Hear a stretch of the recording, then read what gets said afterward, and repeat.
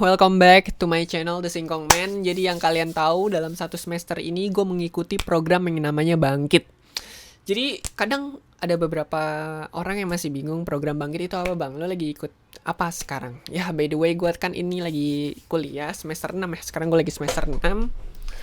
Dan di semester 6 ini ada sebuah privilege dari Kemendikbudristek bernama Kampus Merdeka. Jadi Kampus Merdeka ini sesuatu yang nggak boleh lu lewatin kalau emang lu mahasiswa di sekitaran semester 5, 6, 7.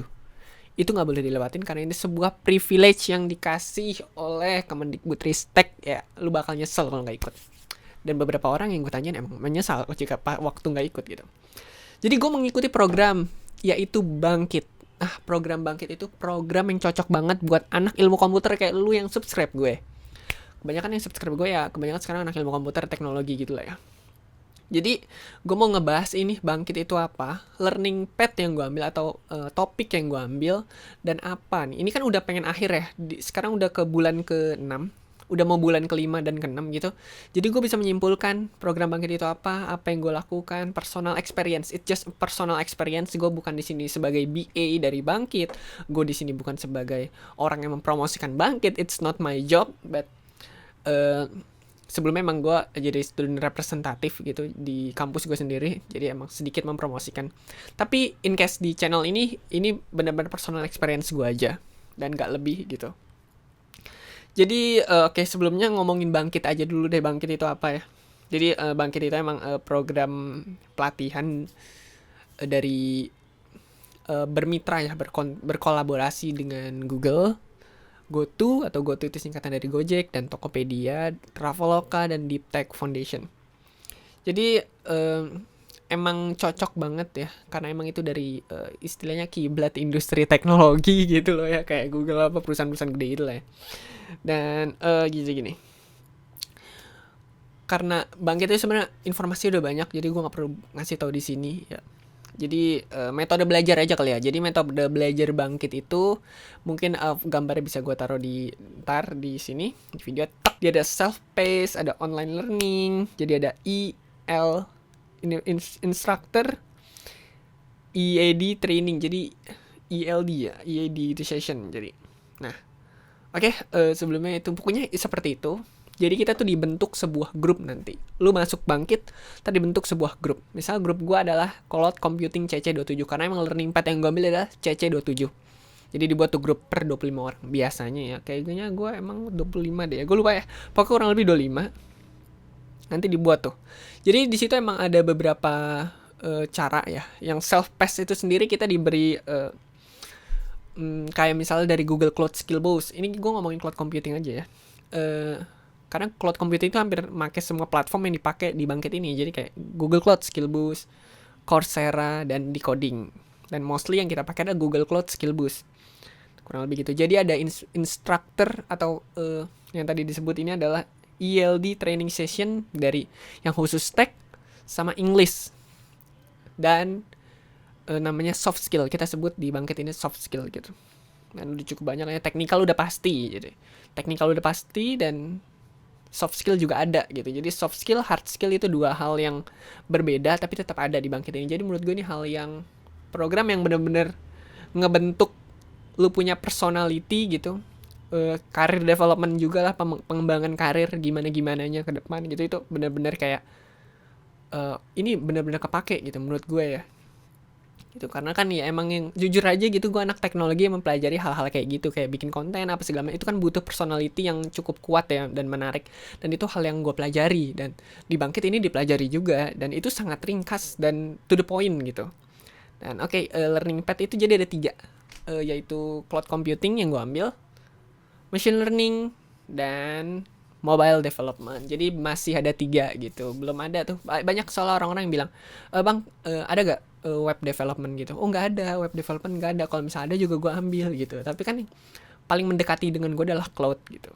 Jadi kurang lebih seperti itu. Jadi kalau kalian mau tahu info tentang Bangkit, kalian bisa g.co/bangkit, itu udah informasinya udah banyak, dan gue pikir gue nggak perlu banyak ngomong soal seperbangkitan ini di sini gitu. Ini just my personal experience aja, jadi yang gue ceritain. Oke, kenapa sih alasan gue ikut Bangkit? Nah, sebenarnya ini seru ya. Kalau Panjang cerita tapi gue singkat aja. Jadi kenapa gue ambil Bangkit Cloud? Pertama, karena Bangkit itu program bagus jelas. Kedua, kenapa gue learning path cloud computing, gue select itu. Jujur aja, cloud computing adalah hal yang menurut gue paling familiar di kepala gue gitu. Dari dua hal itu, dari mobile development sama machine learning. Karena basically gue adalah seorang web developer, web engineer, especially emang gue spesialnya di back end, bukan spesial, lebih ke lagi mendalami back end, bukan back end front end juga. Gue masih melabelkan diri sebagai generalis by the way. Jadi menurut gue dengan gue tahu strength gue di back end, ya gue nyemplung lah ke cloud gitu, cloud computing. Jadi cloud computing pelajarin apa aja bang?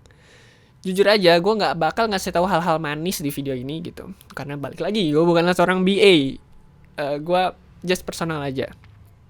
Yang dipelajari adalah web basic, JavaScript basic, ya, Google IT support, Google Cloud Computing Foundation, itu semua ada di GSCB atau Google Cloud Skill Boss. Jadi gue singkat itu aja. Jadi ada path-nya sendiri, Google Cloud Engineer Learning Path, itu dari GSCB juga. Backend Basic, Cloud Engineer, Google Cloud Skill Boss, dan ACE sertifikasi gitu. Dan ini gue belum lewatin kalau ACE. Jadi baru kelar capstone dan sekarang adalah pengumumannya gitu. Sebelum ke capstone, kita lanjut dulu. Nah, kurang lebih kayak gitu. Jadi buat lo yang mau ikut cloud basic ikut learning path cloud computing, lo harus punya basic yang namanya back end. Jujur aja, di capstone gue nggak mungkin nggak ngomong kita ya, gue aja, gue lebih menggunakan back end. Sebenarnya gue di capstone sendiri adalah ngerjain riset UX gitu, nggak nyambung sebenarnya waktu gue di capstone. Tapi yang gue lihat dari temen gue, yang mostly yang kita pakai itu back end-nya gitu. Urusan cloud-nya jujur aja, yang dipakai hanyalah kita cuma ngedeploy di VM gitu, virtual machine dari Google Cloud gitu.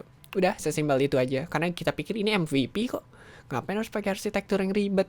Ya udah, simple. Jadi KISS aja dulu, keep it simple stupid gitu. Intinya kita pakai yang basic aja dulu, dan menurut gue itu hal yang murah juga gitu. Kalau di GCP kan bayar soalnya ya guys kalau pakai platform GCP. Jadi kurang lebih kayak gitu. Nah, jadi menurut gue aja, kalau kalian mau ambil cloud computing learning path, pelajari seenggaknya basic. Kalau kalian udah punya basic di awal, itu sangat-sangat membantu di akhir program, yaitu capstone. Jujur saja, kawan-kawan gue yang mostly tidak terlalu mengerti backend, tiba-tiba loncat cloud computing, itu sangat cukup sulit ya. Gue bilang sulit sih. Karena gimana? Nggak sulit. Kalau lu ngerti, kalau lu pernah dengar yang namanya microservice, jadi ada yang namanya Kubernetes gitu. Nah, jadi kita mempelajari Google Kubernetes gitu, GKE, Google Kubernetes Engine di sebuah platform Google Cloud, di Google Cloud ya, GCP sebutannya. Gue pikir ini hal yang wow. Gue pun sampai titik ini masih mempelajari hal itu gitu. Gue nggak langsung tiba-tiba jebret bisa jago dalam hal 3 bulan gitu, enggak gitu. Masih cukup harus dipelajari lagi. Tapi kurang lebih seperti itu. Kalau lo punya back end seenggaknya programming atau back end basic, itu sangat-sangat membantu, serius deh. Dan setelah itu, oke, mungkin itulah yang gue ini ya. Jadi ya kalau dibilang sulit, yes, it's cukup sulit. Gue bilang cukup sulit ya. Apalagi gue bisa bayangin waktu itu jadi representatif yang nanya, dia anak psikologi. Kak, ini kalau misalnya ikut Bangkit, aku jurusan anak psikologi gimana? Oh ya nggak apa-apa. Jadi emang Bangkit itu bebas, nggak cuma dari anak ilmu komputer. Bahkan kawan-kawan gue lebih banyak dari anak statistika, matematika, bahkan ada anak manajemen. Kayak wow, tapi dia keren sih. Artinya dia survive di Bangkit, dan itu keren. Dan setelah yang gue dapat dari hard skillnya, kedua adalah global sertifikasi. Jadi global sertifikasi itu kalau gue sendiri learning path gue cloud computing, kita ngedapetin yang namanya bukan percobaan, lebih ke mau gak nih lu ngambil sertifikasi global. Nah, disebutnya kalau cloud computing yaitu ACE atau Associate Cloud Engineer. Nah, Associate Cloud Engineer ya sebutannya, itu adalah sertifikasi global dari Google, karena emang ya mainnya di GCP gitu. Tapi kalau kita ngomongin machine learning, ada namanya TensorFlow Developer Certificate, disebut apa gitu ya. Pokoknya itu sertifikasi global juga dari Google, TensorFlow. Dan kalau misal ngomongin mobile, itu basically pakai Android, ada sebutannya Associate Android Developer AAD, AAD kalau nggak salah gitu ya. Dan itu global sertifikasi. Bahkan kawan gue ada beberapa yang ikut. Kenapa alasan lu ikut Bangkit? Dia bilang, gue cuma mau pengen dapat sertifikasi global. That's it, simple itu. Karena emang dia udah jago sebelumnya gitu. Jadi kalau lu mau ngelihat orang-orang jago, orang-orang jago di ilmu komputer di bidang inilah ya, bidang teknologi, ikut Bangkit. Biar lu bisa ngerasain, biar lu kaget kalau gue nggak sepinter yang gue bayangin gitu. Ternyata gue bodoh. Karena ya itu gue ngeliat teman-teman gue keren-keren banget, jago-jago banget. Dilihat link ini, aduh pak, bagus-bagus banget. Oh iya, suatu saat mungkin di next video gue bakal tips dan trik capstone nanti. Karena di abis video ini gue mau buat sebuah video capstone. Fokusnya di capstone aja. Dan kedua lah konversi SKS, 20 SKS guys. Jadi 20 SKS kalau kampus gue bisa ya. Jadi gue bener-bener gak kuliah. Walaupun ada beberapa yang gak bisa kita lewatin. Dan gue kelupaan, jadi gue diulang deh semester besok. Lucu sih ini, lucu banget sumpah. Jadi gue lupa gitu. Dan ya, yang paling gak kalah penting itu networking. Networking di luar kampus itu menurut gue penting banget. Penting banget berat. Jangan sampai teman-teman lu cuman teman kelasan doang. Kenapa? Kalau misalnya teman kelasan doang, lu cuman ada di bubble lo sendiri. Kalau emang lu merasa paling jago di bubble lo, dan lu gak keluar dari situ, dan tiba-tiba lu misal lulus, lu kerja, lu ngeliat orang persaingan mampus, lu bakal kaget setengah mati. Biasanya kayak gitu. Dan di saat ikut Bangkit, gue ngeliat, wow, seperti ini ternyata. Lu bisa ngeliat kompetitifnya, lu bisa ngeliat kompetisi di situ. Damn, ini luar biasa gitu. Lu lihat dengan linknya segala macam. Di satu sisi lu bisa insecure, di satu sisi lu bisa termotivasi. Tapi ya balance itulah gitu. Menurut gue itu hal yang baik juga ya. Dan ya yang jelas gue karena gue emang pengen banget bisa bahasa Inggris, dan sampai titik ini gue masih terbata-bata dalam hal bahasa Inggris. But untuk sekarang gue jadi lebih baik. Bukan jauh lebih baik, iya jauh lebih baik dan jauh lebih pede di saat gue ngomong bahasa Inggris. Karena hampir semuanya, materinya, orang yang ngomong, mentornya, semua pakai bahasa Inggris. Jadi di saat lo gak bisa bahasa Inggris, tenang, karena gue masuk juga tanpa bisa bahasa Inggris. Jadi ya udah belajar aja bahasa Inggris. But beruntungnya gue punya basic yang gue bilang, back end apa segala macam. Jadi gue lebih mudah di bagian hard skill. Jadi gue fokusnya di bahasa Inggrisnya. Itulah keberuntungan yang gue dapet ya. Dan ya soft skill ini udah gak kalah penting. Soft skill itu penting banget buat gue pribadi. Dalam hal ini, dalam hal konten, dalam hal gue ketemu orang, dalam hal gue networking tadi. Soft skill itu penting banget.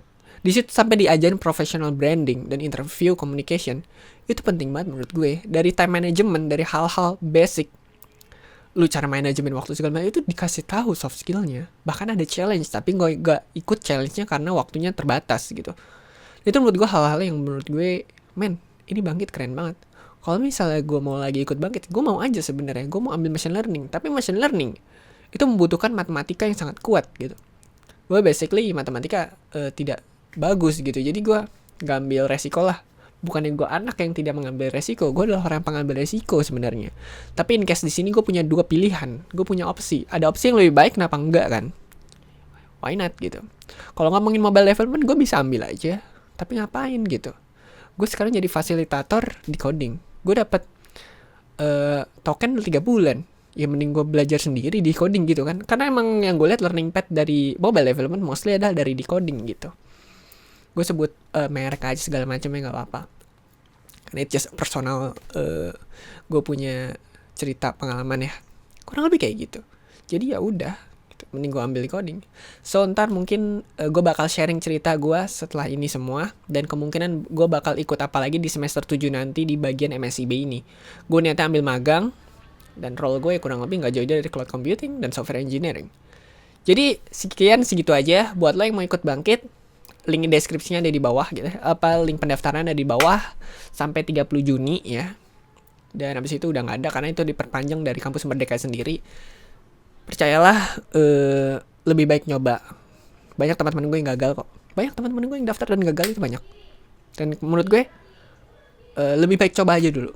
Jujur, buat gue pribadi ya, gue lebih baik nyoba dan gagal daripada tidak sama sekali mencoba karena ketakutan gue sendiri gitu. Ya mostly lu jangan kebanyakan mikir ya. Ya daftar aja silakan. So Stay safe buat lo semua. Jangan lupa tidur karena di Bangkit cukup chaos. Suatu ilmu dan hal-hal baik lainnya di program ini.